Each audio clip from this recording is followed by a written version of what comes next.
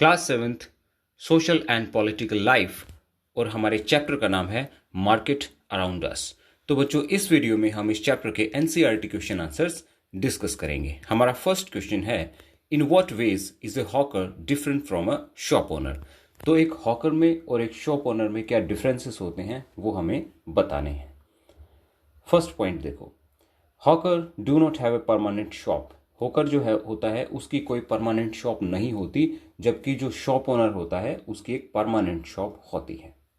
Hawker they sell products at cheaper rate. Hawker जो होते हैं, हॉकर यानी कि फेरी वाले, वो गांव में शहर में घूमते रहते हैं और अपने जो प्रोडक्ट हैं वो सस्ते रेट में, चीप रेट में बेचते हैं।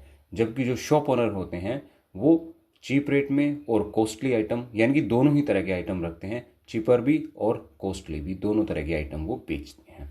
Third point, hawker sell non branded items such as fruits, vegetable etcetera. Hawker जो होते हैं वो नॉन ब्रांडेड आइटम बेचते हैं, कुछ फल सब्जियां हो गई और घर के या कुछ डेली यूज़ के कुछ आइटम्स हो गए, वो सब वो बेचते हैं। जबकि शॉप ओनर हैं ये ब्रांडेड और नॉन ब्रांडेड दोनों तरह के आइटम्स बेचते हैं। हॉकर जो होते हैं they don't have expenses like electricity bill, workers, rent etcetera.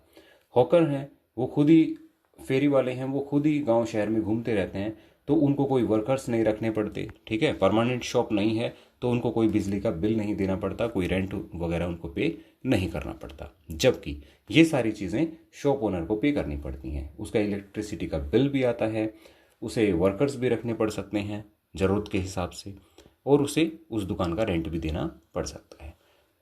Now let's go to question number 2। Question number 2 है, compare and contrast a weekly market and a shopping complex on the following. तो कुछ details इन्होंने हमें पहले दी हैं। In details के basis पे हमको इन दोनों मार्केट को, वीकली मार्केट को और शॉपिंग कॉम्प्लेक्स को, हमें क्या करना है, कंपेयर करना है। तो ये हेडिंग्स क्या क्या हैं, ये हैं काइंड्स ऑफ गुड्स, यानी कि वीकली मार्केट में सामान कैसा, शॉपिंग कॉम्प्लेक्स में सामान कैसा। Price of goods, weekly market में जो चीज़ें हैं उनके प्राइजेस कैसे होंगे, शॉपिंग कॉम्प्लेक्स में कैसे होंगे। वीकली मार्केट में सेलर कौन है और शॉपिंग कॉम्प्लेक्स में सेलर कौन है, और बायर दोनों ही मार्केट में कौन कौन है, ये हमें समझना है। देखते हैं। तो वीकली मार्केट की हम पहले बात करेंगे। तो वीकली मार्केट में क्या है, different items of everyday use such as vegetable, grocery, cloth items, utensil etcetera. तो किस तरह का सामान वीकली मार्केट में मिलता है, जैसे कि वेजिटेबल्स हो गई, ग्रोसरीज हो गई, क्लोथ आइटम हो गए, यूटेंसिल्स, बर्तन वगैरह, ये सब तो ये वीकली मार्केट में मिलते हैं। Price of goods, weekly market में जो सामान हमको मिलता है उनके जो प्राइस हैं वो बहुत ज़्यादा हाई नहीं होते, चीज़ें सस्ते में मिल जाती हैं, ठीक है। Price of goods are not so high. उसके बाद वीकली मार्केट में सेलर्स हैं, वो कौन है, तो वीकली मार्केट के जो सेलर्स हैं वो हैं स्मॉल ट्रेडर्स एंड हॉकर्स। और बायर्स कौन है, people belonging to lower middle income groups. तो वो लोग जिनकी इनकम बहुत ज़्यादा नहीं है, थोड़ी कम इनकम है, लोअर मिडल इनकम ग्रुप वाले लोग, वो वीकली मार्केट से सामान खरीदते हैं। तो ये तो हमने समझा वीकली मार्केट को।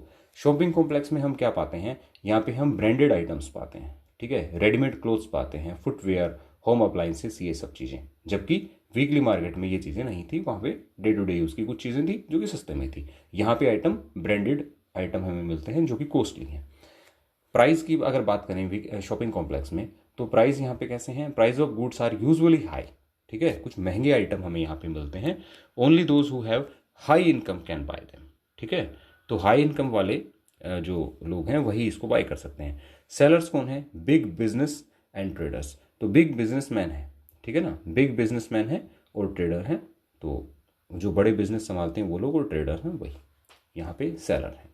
अच्छा, बायर्स कौन है, people belonging to rich and upper middle class. वो लोग बायर्स हैं जो रिच हैं या अपर मिडिल क्लास से बिलोंग करते हैं, तो वो लोग शॉपिंग कॉम्प्लेक्स में जाते हैं और सामान खरीदते हैं। तो वीकली मार्केट और शॉपिंग कॉम्प्लेक्स में जो डिफरेंसेस हैं, यहाँ काइंड्स ऑफ गुड्स में जो प्राइजेस में जो डिफरेंसेस हैं, यहाँ के सेलर्स में भी जो डिफरेंसेस हैं और यहाँ के बायर में भी डिफरेंसेस हैं, ये आई थिंक आप समझ गए होंगे, ठीक है। अगले क्वेश्चन पे आते हैं, question number 3। Explain how a chain of market is formed, what purpose does it serve. तो एक चेन ऑफ मार्केट कैसे बनती है और ये क्या पर्पज सर्व करती है, ये हम इस क्वेश्चन में समझेंगे। तो पहले हम बात करेंगे formation and purpose of chain of market. तो चेन ऑफ मार्केट कैसे बनती है, इसका फॉर्मेशन देखो। A chain of market is formed by interconnected series of transactions and exchanges involving various participants in production and distribution of goods and services. तो chain of market जब बनती है जब बहुत सारे पार्टिसिपेंट्स, बहुत सारे लोग आपस में इंटरकनेक्टेड होते हैं। ठीक है, कौन कौन? प्रोड्यूसर हो गया, होलसेलर हो गया, रिटेलर हो गया और कंज्यूमर हो गया। तो इनसे एक चेन बनती है, चेन ऑफ मार्केट की फॉर्मेशन होती है। अब हम समझते हैं stage in the chain of market. तो स्टेज में हम सबसे पहले क्या पाते हैं? प्रोडक्शन। ठीक है ना, तो यहां पे कोई भी गुड्स होगा, कोई भी सामान होगा, उसका प्रोडक्शन किया जाएगा, राइट। उसके बाद होलसेल। होलसेल में क्या होगा? जो प्रोडक्शन हुआ वो सारा बल्क में खरीद लिया जाएगा और उसको कोई होलसेलर अपने यहाँ पे स्टोर करेगा। होलसेल के बाद फिर होलसेलर क्या करेगा? वो रिटेलर को उसे बेच देगा और रिटेलर आगे कंज्यूमर को बेचेगा। तो चेन ऑफ मार्केट में ये हम स्टेजेस पाते हैं। पहली स्टेज प्रोडक्शन है, सेकंड होलसेल है, थर्ड रिटेल है और लास्ट कंज्यूमर है। उसके बाद participant in chain of market. तो इस चेन में पार्टिसिपेंट्स कौन कौन है? वही है प्रोड्यूसर जिसने प्रोडक्शन किया, होलसेलर जो होलसेलर है, रिटेलर और कंज्यूमर, ये इसमें पार्टिसिपेंट है, राइट। उसके बाद नेक्स्ट है purpose of chain of market. तो चेन ऑफ मार्केट का पर्पज हम समझते हैं। तो पहला पर्पज है इफिशिएंट डिस्ट्रीब्यूशन, यानी कि कोई भी प्रोडक्शन हुआ उसका इफिशिएंट डिस्ट्रीब्यूशन हो जाए। ठीक है, वो हर चेन ऑफ मार्केट से होता हुआ लोगों तक पहुंच जाए, इफिशिएंट डिस्ट्रीब्यूशन। उसके बाद है सेकंड है market access, provide a pathway to producers to reach a wider consumer base, यानी कि प्रोड्यूसर से होता हुआ और कंज्यूमर तक पहुंचे, मार्केट में उस प्रोडक्ट की एक्सेस बने, वो पहुंचे।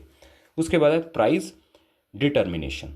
तो price are influenced by supply and demand dynamics of each stage. तो मार्केट, चेन ऑफ मार्केट में क्या होता है? सप्लाई और डिमांड के बेस पे उसके प्राइस भी डिसाइड होते हैं। तो वो चीज़ भी, वो पर्पज भी ये सर्व करती है। उसके बाद है कंपटीशन एंड चॉइस। तो चेन ऑफ मार्केट में बहुत सारे जो गुड्स हैं, तो कई तरह के सामान हैं, कई तरह के ब्रांड्स हैं, वो अवेलेबल रहते हैं। तो allow consumers to choose from a variety of products and brand. तो कंज्यूमर के सामने चेन ऑफ मार्केट की वजह से बहुत सारी चॉइसेस रहती हैं, बहुत सारे ऑप्शंस रहते हैं।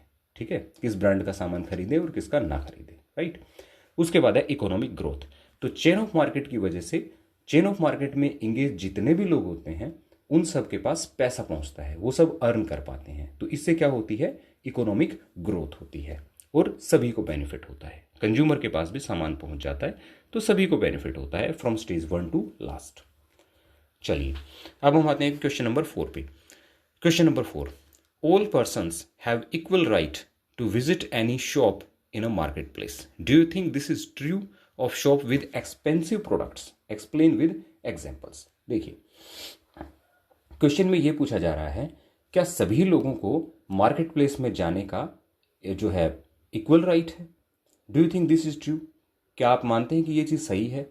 ठीक है, तो एक्सपेंसिव शॉप के मामले में ये बात कितनी सही है और कितनी गलत है, ये हमें बतानी है। चलिए आंसर देखते हैं। So it is true that all person have equal right to visit any shop in the market. ये बात बिल्कुल सही है कि हम लोग एज ए कंज्यूमर मार्केट में किसी भी शॉप में जा सकते हैं, कोई मनाही नहीं है। ठीक है, लेकिन एक बात हमें और समझनी पड़ेगी, but this is not true of shops with expensive products.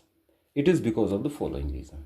लेकिन कुछ ऐसी दुकानें जहां बहुत महंगी चीजें मिलती हैं, उन दुकानों के मामले में ये मार्केट में हर शॉप पे बराबरी से जाने वाली बात है, ये अप्लाई नहीं होती। कैसे? People with high income are able to buy expensive product. वो लोग जिनकी बहुत ज़्यादा हाई इनकम है तो वो महंगे प्रोडक्ट खरीद पाते हैं। Hence these people go to the shops with expensive products and not to the poor. ठीक है, तो वो दुकानें जहाँ पे बहुत महंगे आइटम मिलते हैं वहाँ पे वही लोग जाते हैं जिनकी इनकम हाई होती है, जो बहुत ज़्यादा पैसा कमाते हैं, क्योंकि वहाँ के महंगे प्रोडक्ट वही खरीद सकते हैं।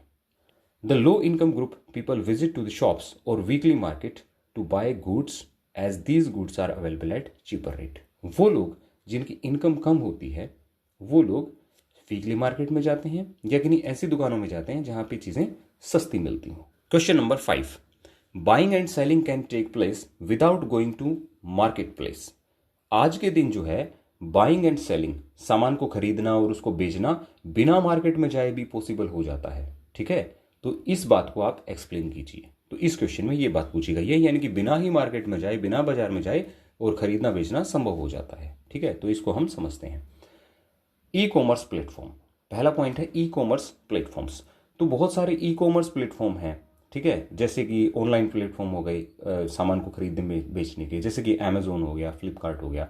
तो इनके जरिए हम सामान को खरीद भी लेते हैं और अपने सामान को बेच भी सकते हैं। तो ये सब कैसे हुआ? घर बैठे हो गया, बिना बाजार में जाए हो गया। ठीक है, उसके बाद है point number 2, social media transactions. ठीक है, इसका मतलब individuals connect for buying and selling through special networks. Example Facebook market place हो गया, इंस्टाग्राम शॉप्स हो गई, है ना। तो सोशल मीडिया ट्रांजैक्शंस के जरिए भी ये काम हो जाता है। जैसे लोग फेसबुक पे, जो लोग इंस्टाग्राम के जरिए अपनी चीज़ों को बेच पाते हैं। ठीक है, तो इसमें भी हम क्या पाते हैं कि बिना एक्चुअल बाजार में जाए ही घर बैठे सामान बेचा भी जाता है, खरीदा भी जाता है। पॉइंट नंबर 3 देखो, डायरेक्ट नेगोशिएशंस। तो यहाँ पे क्या होता है कि लोग टेलीफोन के जरिए या डिफरेंट ऐप्स के जरिए डायरेक्ट नेगोशिएशन करते हैं, आपस में बातचीत करते हैं और बिना एक्चुअल मार्केट में जाए सामान खरीद और बेच देते हैं। तो यहां ज्यादा रोल हम किस चीज का पाते हैं? यहां पे ज्यादा रोल हम ऑनलाइन प्लेटफॉर्म्स का पाते हैं। ठीक है, और डायरेक्ट कम्युनिकेशन के जरिए भी ये काम हो जाता है। तो बिना ही मार्केट में जाए आज के दिन हम अमेजोन से, फ्लिपकार्ट से, फेसबुक के जरिए, इंस्टाग्राम के जरिए, ठीक है, डायरेक्ट नेगोशिएशन करके, बहुत सारी डायरेक्ट ऐप हैं उनके जरिए बातचीत करके हम अपना सामान बेच पाते हैं। राइट, तो इसके साथ ही हमारे question answers, NCERT question answers finish होते हैं। Thanks for watching, bye bye.